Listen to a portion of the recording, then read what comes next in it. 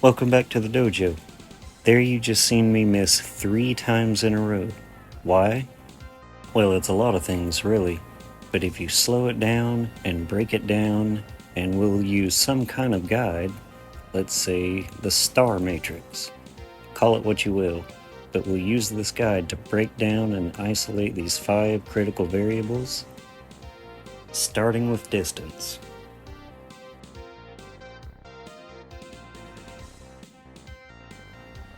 Before we get into it, you do want to start with a decently weighted set of knives. Starting out with a lighter set like these, it's not ideal because it'll just result in bad habits. You want something decently weighted, maybe half a pound, 9 to 10 inches to start with. This might sound a little crazy and go against tradition, but I recommend having 2 different sets with 2 totally different blade profiles. Let's say your first set was a gift, and you can only do a half spin with it, but you really want to do a no spin. But given the weight and the profile of the blade, you can't. So you venture out and buy another set and it works perfectly. Now you have 2 different techniques in 2 different sets, and you can build upon that. The first variable to isolate is distance. This is the anchor point. You choose your own distance at first. I'm not going to tell you 5 feet, 7 feet, 10 feet, whatever is comfortable to you.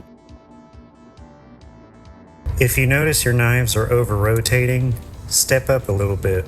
If you notice they are under-rotating, step back a little bit. If none of that is working, then stick around. It could be another variable to calibrate later on. Once you're comfortable with your distance and you're starting to get some sticks, mark the spot.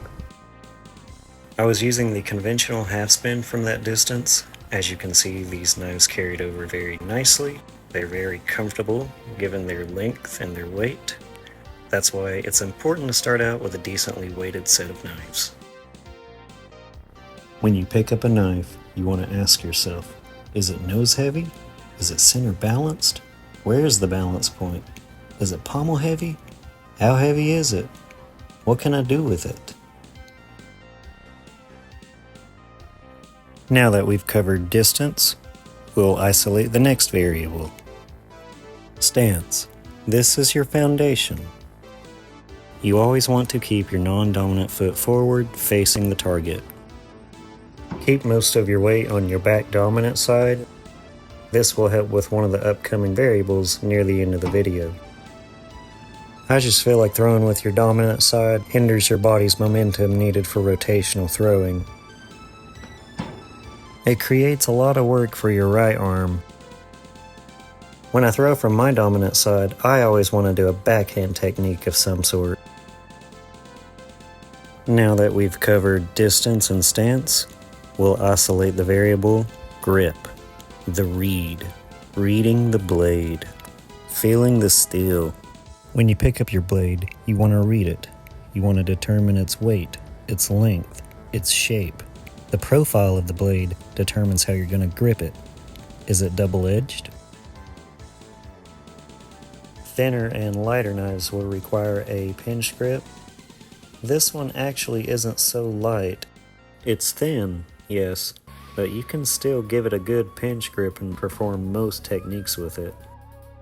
Rolling or reeling the knife up a little bit and then gripping it helps establish a quick, solid grip. This helps take the guesswork out of adjustment and saves time. The next variable, warrant for isolation, is backdraw. This is the track. This is where your non-dominant side becomes very active. My left hip and shoulder are pointing at the target. My left elbow is acting as a sight. My non-dominant leg is propped up a little bit. At release, I'll pull and tuck my elbow tightly to my ribs. This sharp acceleration of the left side helps snap the right shoulder forward even faster, carrying over all that force.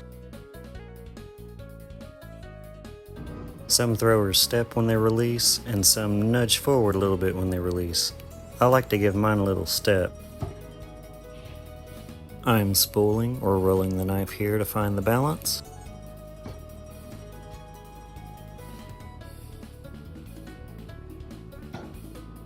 Here's another thing I like to do. Right after I do my backdraw, I will shadow touch my neck, signifying that my variables are locked in and I'm about ready to throw. Let's call it the trigger. I'm sure many throwers have triggers of their own, but it's wise to become aware that you have a trigger. Maybe let it naturally become one of your background skills. With each transition to a new variable to isolate, they get tighter and tighter. On to the last one, release point. This is the launch. I'm keeping my wrist locked, ensuring the technique used is controlled by my arm's momentum. Keeping the non-dominant side locked keeps the release path straight. Group therapy. Let's alternate between two different no-spin techniques, the hemigrip and the classical. Having more steel in your non-dominant throwing hand builds power and momentum. With all 5 variables calibrated, let's start this practice drill. Look over. Can you see your elbow? Is it at your jawline? I like to keep mine a little bit above the jawline.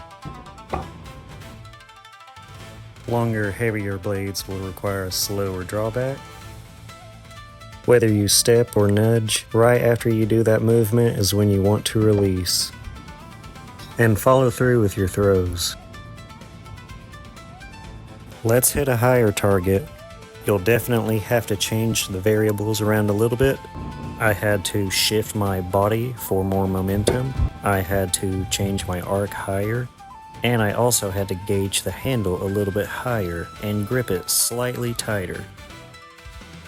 When throwing lighter knives, you're going to have more wrist and arm control. Okay, I think I'm ready. It's time to redeem myself from earlier. Let's try 3 different techniques. Conventional half spin, no spin, tsunami wave variation, and the military half spin. Feel the steel.